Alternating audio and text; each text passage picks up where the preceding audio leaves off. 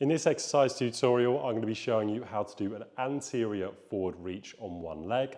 So firstly, pick which leg that you're going to be on for your balance.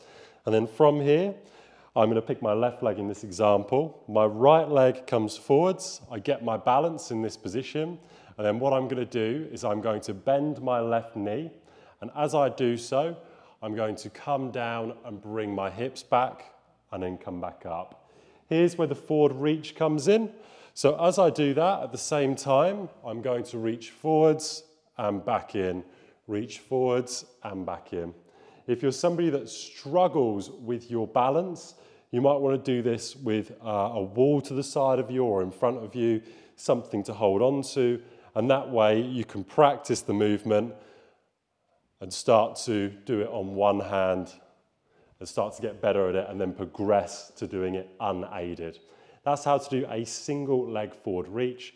You would repeat exactly the same sets and repetitions on one leg and then do the exact same for the other leg.